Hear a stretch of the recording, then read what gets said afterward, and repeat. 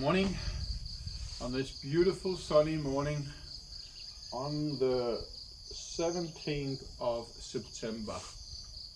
There are 9 days, 8 days, something like that, and I'll be leaving home to go down and do some running.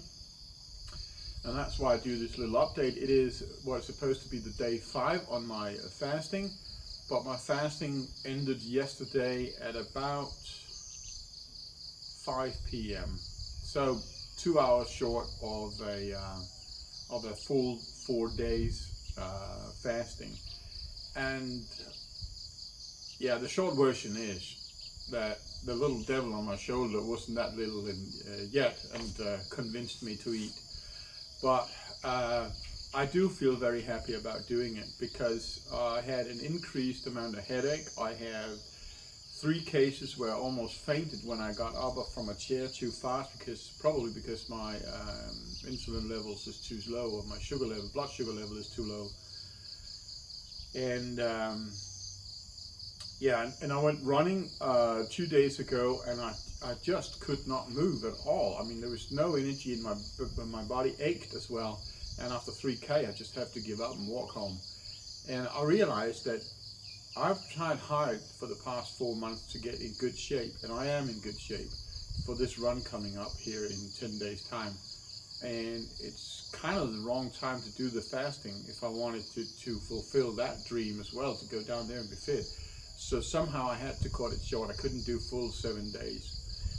In the meantime, I also have to say that I had decided only to go for 5, and I think in the future I will go for 5 because I am exercising at the same time as I'm doing my fasting, which is just enhancing the autophagy phase. And I'm also doing ice plunges, and I'm doing that in less than 10 degrees Celsius water. So I'm not dissatisfied by stopping after 4 days. It was a new personal best in these adult days.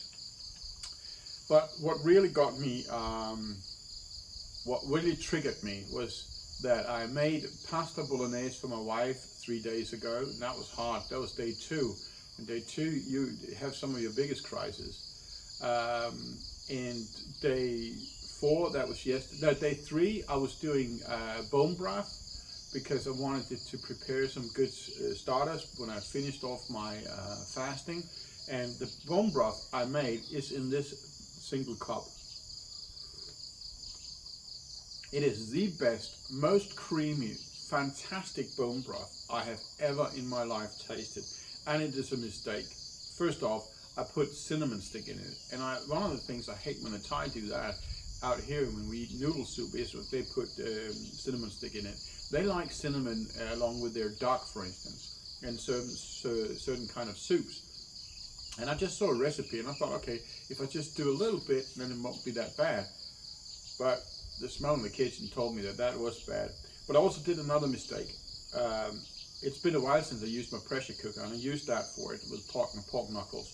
And I just had it on full throttle on my gas. And when it started letting steam out, I just let it be there on full throttle. I forgot that you have to adjust it down so that it just maintains the steam, which basically means I had all the liquids going out. Luckily, I decided to say that 2 hours was enough, so I had not run out of liquid 100%, but all that was left in a big bowl was just 1 cup.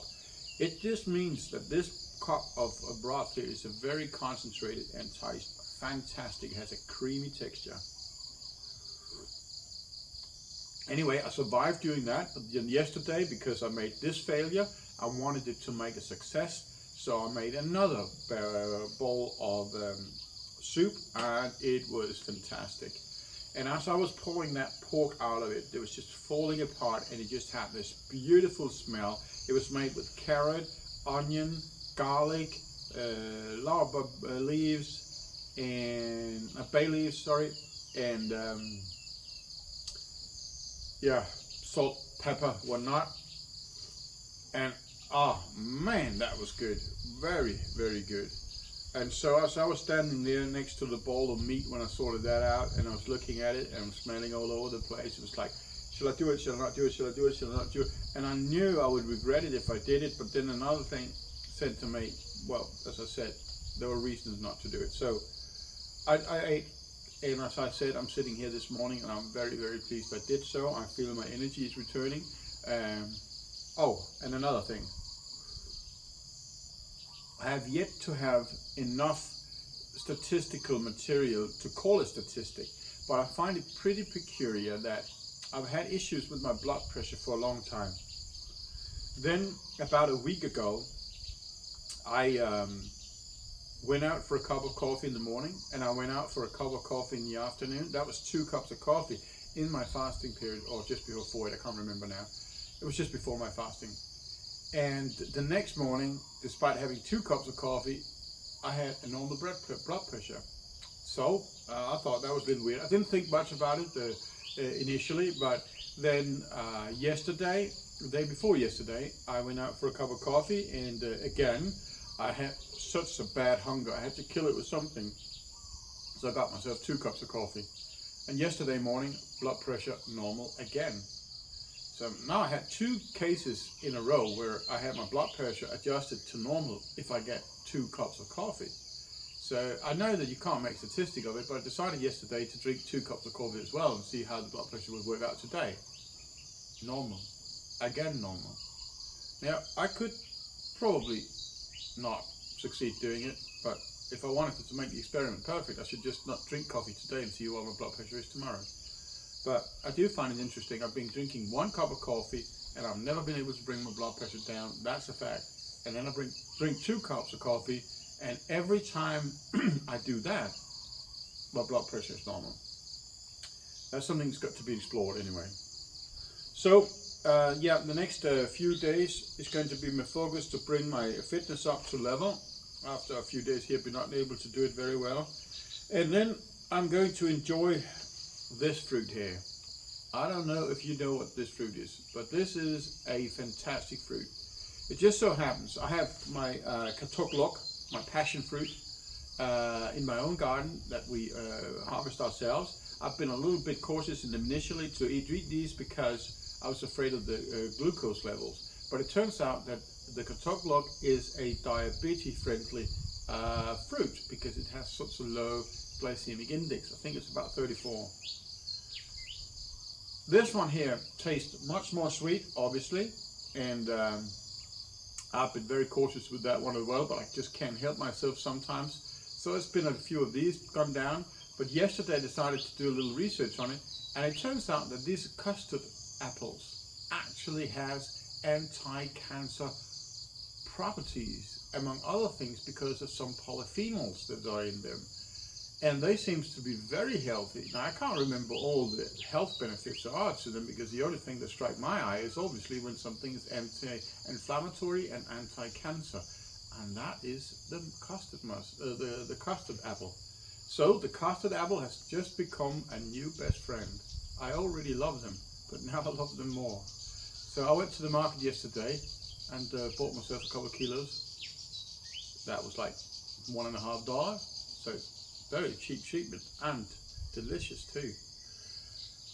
So yeah, that's the status today. 7 days did not make it. 4 days is a new personal.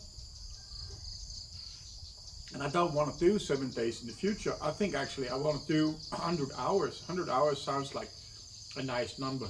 And every hour runs fairly quickly. So mentally I think maybe it's easier to relate to that, because it's just 1 day and you got 24 of them gone.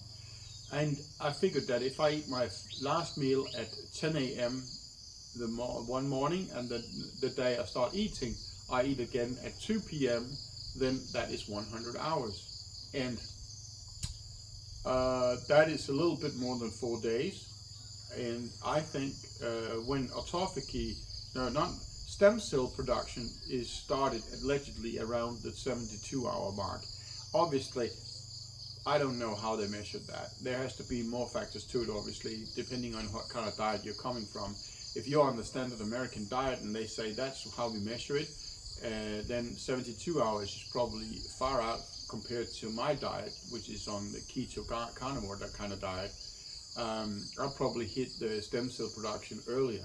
So anyway, if 72 is the mark, 100 hours, then you have another 28 hours that you are benefiting from the stem cell production.